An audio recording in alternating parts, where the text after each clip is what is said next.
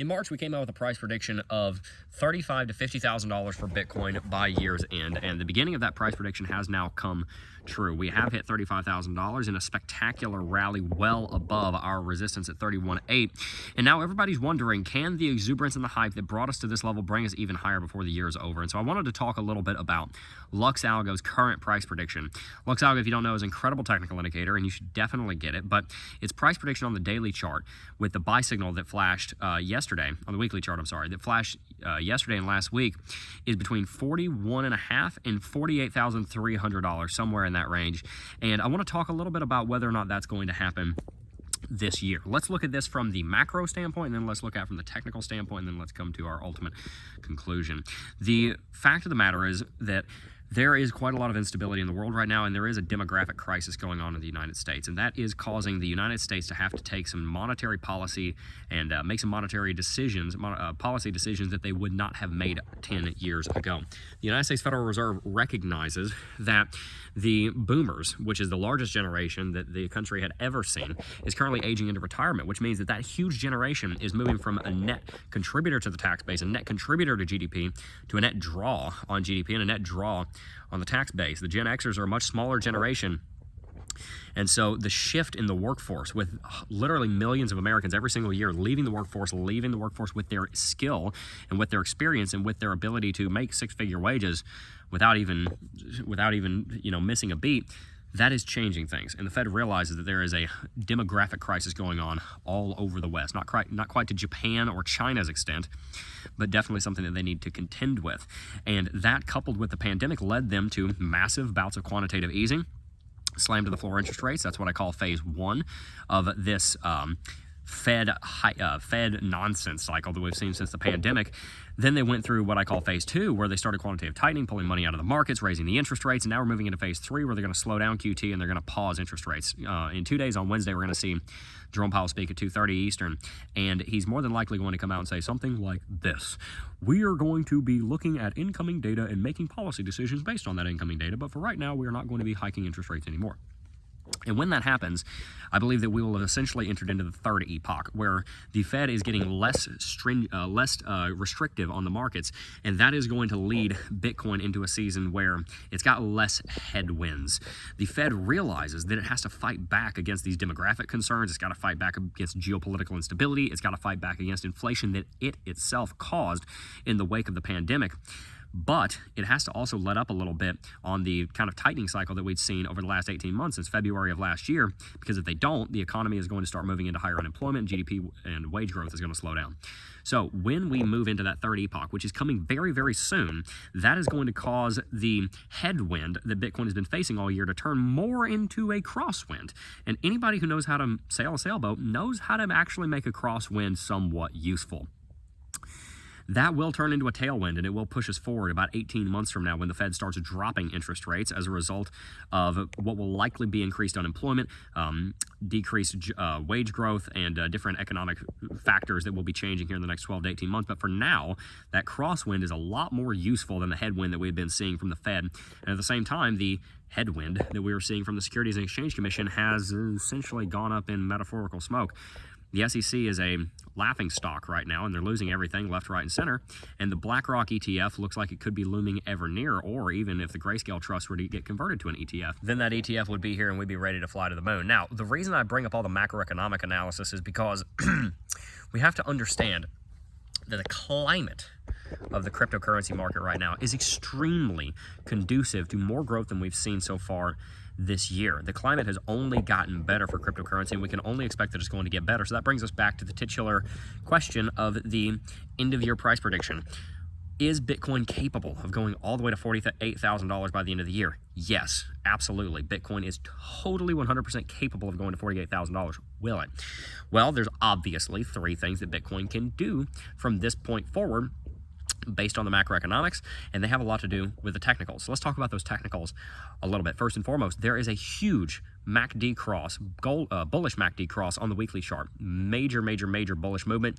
Last time we saw that was in June, July, somewhere in there of 2021. That was right around the time El Salvador adopted Bitcoin as their sovereign currency, and Bitcoin moonshot to $69,000. Before then was quarter two of 2020, we saw a MACD cross, a bullish MACD cross like that, and it sent Bitcoin all the way to $65,000, 650% rally in the span of a year and a half. Big stuff. So that MACD crossing bullish is major. RSI sitting at the highest level all year. We got bullish RSI divergence, broke above the 14 interval moving average.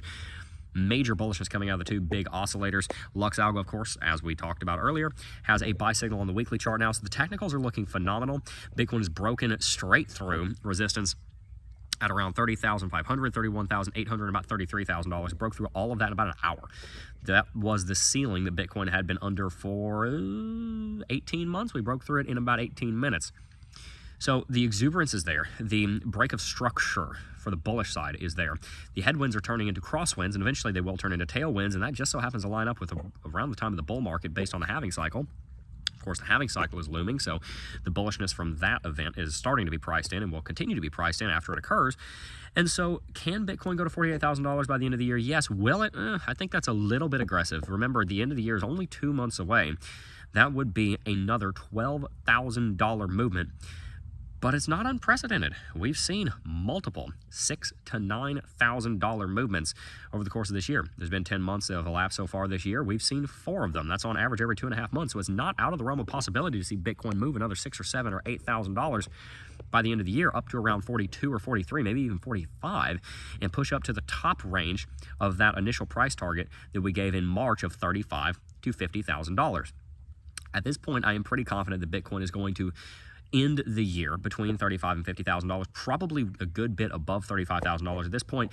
A more specific price target, I'm looking at probably about 37 to 40. I think we're going to see a little bit more gains, but how do we get there? Well, of course, as I said a minute ago, there's 3 ways you get there. Either you keep going straight up and straight vertical. I'm not sure that that's the most likely option because we literally opened this weekly chart candlestick $700 above the top Bollinger Band. That has not happened in many years, and that tells us that Bitcoin is extremely bullish, but it also tells us that Bitcoin is extremely overextended, and so that it does need a little bit of time to cool off. So I'm not convinced that Bitcoin is just going to take off like a Roman candle again in the next week. That leaves us with 2 other scenarios: sideways correction or a downwards correction. Of those 2 scenarios, I think it's more likely that Bitcoin's going to have a lot of sideways. Normally what you see happen when Bitcoin goes through massive rallies like this is that Bitcoin breaks to the upside aggressively. It moves very, very aggressively to the upside, and then it just trades sideways for weeks or months. At this point, I think you're going to see Bitcoin trading somewhere between 31.8, which is, at this point, funnily enough, our floor. It was our ceiling before, but trading somewhere between 31.8 and 35, which would be a small correction. But somewhere in that range, between 31.8 and 31.5 for probably the next month at least, until we have some kind of catalyst. It could be a bearish catalyst. It could be a renewed interest from the SEC in XRP and Ripple. It could be a certain country doing a certain thing, or it could be whatever that caused Bitcoin to drop down to 28,545, retest that level of support and bounce, and go through an ABC rally, A being the rally that just occurred, B being the correction down to 28.5, and then a rally up to like 35 to 37 or 38. That could happen. But more so, my hat is in the neutral camp. I think Bitcoin's going to mostly trade sideways and flag out up here and continue to build a giant inverse head and shoulders pattern. If you want to see more about that inverse head and shoulders pattern, watch Coffee and Crypto tomorrow and remind me to show you, because there is a huge inverse head and shoulders pattern forming on Bitcoin with a price target of what?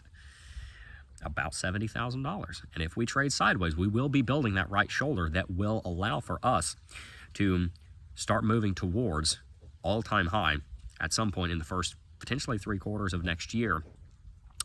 And I believe that the macroeconomic landscape, the headwinds that are turning into crosswinds, and eventually into tailwinds, the halving event, the MACD cross, the RSI, the Algo buy signal, the fact that we jumped that far above Bollinger Bands, the sentiment, the amount of retail and institutions that are about to get into the space, the fundamentals of Bitcoin having never changed, only ever getting better, all of this leads me to believe that Bitcoin is going to end the year at a new high. I don't think we've hit the yearly high yet, the final yearly high yet. It also leads me to believe that many people are going to be paying close attention to 2023 because this was the year that Bitcoin more than doubled, and next year I think Bitcoin will probably do the same thing again. What's the high for this cycle? What's the cycle top? Well, I'm going to be talking about that more in a future video, so stay tuned, but I do believe it will be well over all-time high, probably well over 100K. I've been telling you guys 100 to 200 for 1 to 2 years now. So stay tuned for that. If you've not already signed up for Lux Algo, you're missing out because it called this whole movement. We had a buy flash back in January that was calling for 28,000. We went there. Then we had a buy signal last week that was calling for, on the daily chart, that was calling for 35, and we went there. And now we've got a buy signal on the weekly chart that's calling for 41 to 48. So we really have to ask ourselves, does Lux Algo know something we don't? Normally, Lux Algo does know something we don't. And Lux Algo confirmed buy signals have never been wrong on the weekly chart. Let me say that again. There's 9 of them in history, and every single one of them has been accurate and led the market through at least a 50% rally. So if you haven't gotten Lux Algo, you need to, because it's basically a cheat code to trading, and it will make you all of the money back so long as you're actually using the thing. And even if you don't, it's really cool to be able to predict where the market's going to go and say, I think it's going to go here, and tell all your friends, and then your friends say, I don't know about that. A month later it happens, and then I'm just saying, street cred's pretty cool too. So make sure you check out Lux Algo. Use coupon code JEB30, J-E-B-B 30 for 30% off at checkout. Make sure you subscribe to the channel, hit that like button because it helps boost our content in the algorithm. And stay tuned because we got a lot more content coming up, and I got a special announcement coming sometime. I'm really hoping this week. I'd like for you guys to see it by Wednesday. So stay tuned because it's coming soon. Peace.